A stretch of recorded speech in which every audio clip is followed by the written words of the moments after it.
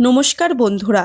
কামদা শব্দের অর্থ হলো যে সকল কামনা বা ইচ্ছা পূরণ করে। তাই কামদা একাদশী হলো সেই পবিত্র ব্রত যা পালন করলে ভক্তের সমস্ত মনোবাসনা ইচ্ছা পূর্ণ হয়। তবে এই ব্রত আপনারা কবে পালন করবেন, 28শে মার্চ নাকি 29শে মার্চ, তা অনেকেই মনে প্রশ্ন জেগেছে। তো চলুন বন্ধুরা, আজকের ভিডিওতে আমরা জেনে নেব যে এই বছর 2026 সালে কামদা একাদশী ব্রত কবে পড়েছে, একাদশী তিথি কখন শুরু কখন শেষ হচ্ছে, এই ব্রতে পালনের সময়সূচি কি, এই দিন কোন 5টি কাজ অবশ্যই করবেন, কোন 5টি কাজ করবেন না। তাই ভিডিওটি আপনার জন্য খুবই গুরুত্বপূর্ণ হতে চলেছে। তাই ভিডিওটি অবশ্যই শেষ পর্যন্ত দেখবেন। তার সাথে আমরা জানবো এই দিন কি খাবেন কি খাবেন না, কি করবেন কি করবেন না, কি কি নিষেধ রয়েছে। তো চলুন বন্ধুরা, আর দেরি না করে ভিডিওটি শুরু করা যাক। যদি আমার চ্যানেলে নতুন হয়ে থাকেন তাহলে অবশ্যই চ্যানেলটি সাবস্ক্রাইব করবেন এবং ভিডিওটিতে একটি লাইক করে দিয়ে শেষ পর্যন্ত ভিডিওটির সাথে থাকবেন। আশা করি ভিডিওটি আপনার জন্য খুবই হেল্পফুল হবে।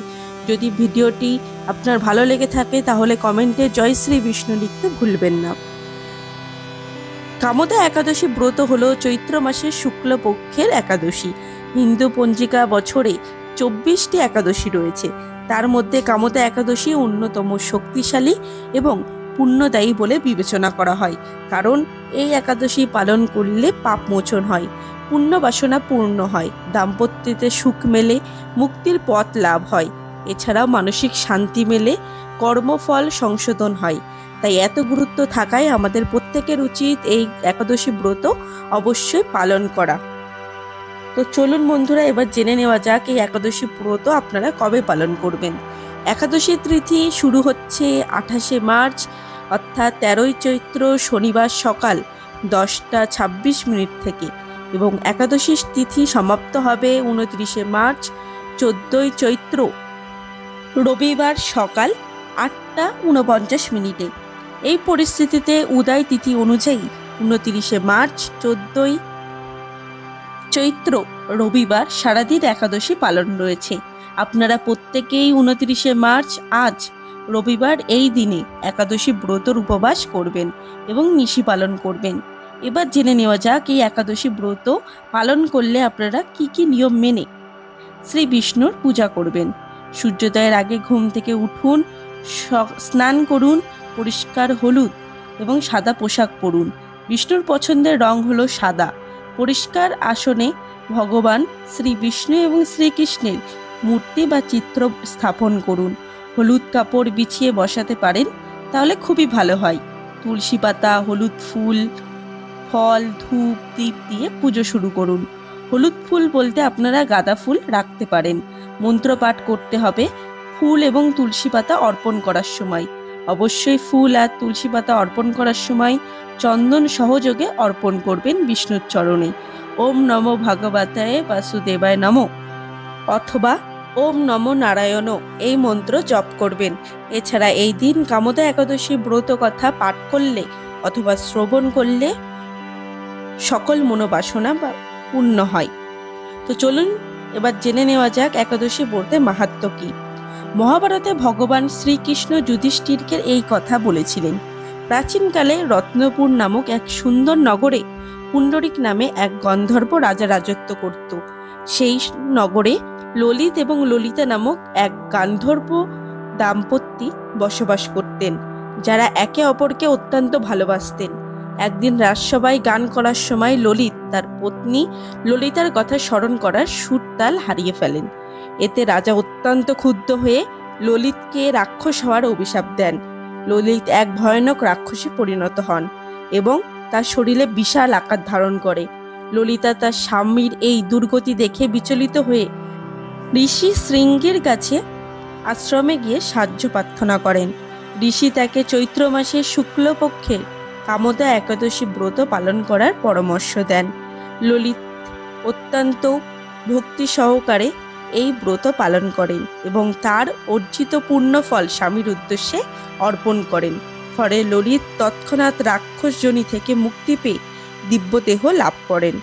এই মাহাত্ম্যের কারণেই একে কামদা বা সকল কামনা পূর্ণকারী একাদশী বলা হয়। তো চলুন এবার জেনে নেওয়া যাক এই একাদশী ব্রত পালন করলে আপনারা কি কি খাবেন আর কি কি খাবেন না। সমস্ত রকমের ফল আপনারা গ্রহণ করতে পারেন। আম, কলা, আঙুর, বেদানা, দই সহ যে কোনো ফল, দুধ, দই, মাখন, পনির ইত্যাদি খেতে পারেন। এছাড়া ড্রাই ফ্রুটসও খেতে পারেন, বাদাম, কাজু বাদাম, পেস্তা। তবে অন্যরকম সমস্ত চিয়া সিড এই সমস্ত খাবার রয়েছে, এই সমস্ত বীজ জাতীয় খাবার আপনারা খাবেন না। আলু, মিষ্টি আলু, রাঙা আলু, কুমড়ো ইত্যাদি সেদ্ধ অথবা ভাজা করে খেতে পারেন। তবে সেই ভাজার ক্ষেত্রে অবশ্যই আপনাদের ঘি ব্যবহার করতে হবে অথবা সূর্যমুখী তেল ব্যবহার করতে হবে, সর্ষের তেল ব্যবহার করতে পারবেন না। আপনারা সাবুদানা খেতে পারেন, আর সমস্ত খাবারে সন্দক লবণ ব্যবহার করতে হবে। তো এবার জানবো কি খাওয়া যাবে না। চাল, গম, বার্লি সব রকম শস্য জাতীয় খাবার আপনারা খেতে পারবেন না। মুসুরের ডাল, ছোলার ডাল, সব ধরনের ডাল এই দিন খাওয়া যাবে না। পেঁয়াজ, রসুন, মাছ, মাংস কোনোভাবেই খাওয়া যাবে না। সাধারণ লবণ ব্যবহার করা যাবে না। এছাড়া তামাক এবং মাদক জাতীয় দ্রব্য, নেশা জাতীয় যে কোনো বস্তু এই দিন খাওয়া নিষিদ্ধ। এবার জেনে নেব এই একাদশী ব্রতের পালনের সঠিক সময়সূচি। যেই দিন আপনারা একাদশী ব্রত পালন করছেন অর্থাৎ 29শে মার্চ, তার পরের দিন 30শে মার্চ সোমবার সকালে পালন করতে হবে। ভোর 5টা 31 থেকে সকাল 7টা 12 পর্যন্ত অবশ্যই পালন করে নিতে হবে, কারণ 7টা 12 পর থেকে দ্বাদশী তিথি শুরু হয়ে যাচ্ছে। বাংলাদেশের সময় অনুযায়ী 30শে মার্চ 2026 সোমবার ভোর 6টা 44 থেকে 7টা 32 পর্যন্ত থাকছে পালনের সময়সূচি, তাই আপনারা তখন পালন করে নেবেন। পশ্চিমবঙ্গ, দিল্লি, বৃন্দাবন, ভুবনেশ্বর, মুম্বাই, পুনে, নাগপুর, চেন্নাই, ভুবনেশ্বর, উড়িষ্যা, অসম, মেঘালয় যে যে জায়গা থেকেই দেখছেন না কেন আপনারা প্রত্যেকে অবশ্যই 7টা 12 মধ্যে পালন করে নিতে হবে। আর পালন করার সময় আপনারা তুলসী পাতায় জল দিয়ে খেতে পারেন অথবা ফলের রস খেয়ে পালন অথবা ব্রত ভঙ্গ করতে পারেন। আর যারা এই একাদশী ব্রত পালন করছেন তারা অবশ্যই এই দিন দান করার চেষ্টা করবেন, কারণ দানে বহুগুণ পুণ্য মেলে। বিষ্ণু মন্ত্র জপ করতে পারেন, ওং নমো ভাগবতায় বাসুদেবায় নমঃ অথবা বিষ্ণুদেবায় নমঃ অথবা ওম নমো নারায়ণ। এই মন্ত্রগুলি 108 বার জপ করলে অত্যন্ত সুফল মিলবে। এছাড়া একাদশীর দিন যতবার সম্ভব বিষ্ণুর সহস্রনাম পাঠ করুন। তো চলুন বন্ধুরা, আজকের ভিডিও এই পর্যন্তই। যদি ভিডিওটি ভালো লেগে থাকে লাইক করে পরিবারের সকলের সাথে শেয়ার করতে ভুলবেন না। আমার চ্যানেলে যদি নতুন হয়ে থাকেন তাহলে চ্যানেলটিকে অবশ্যই সাবস্ক্রাইব করবেন। দেখা হচ্ছে আবার একটি পরের ভিডিওতে। ততদিন ভালো থাকবেন, সুস্থ থাকবেন। ধন্যবাদ।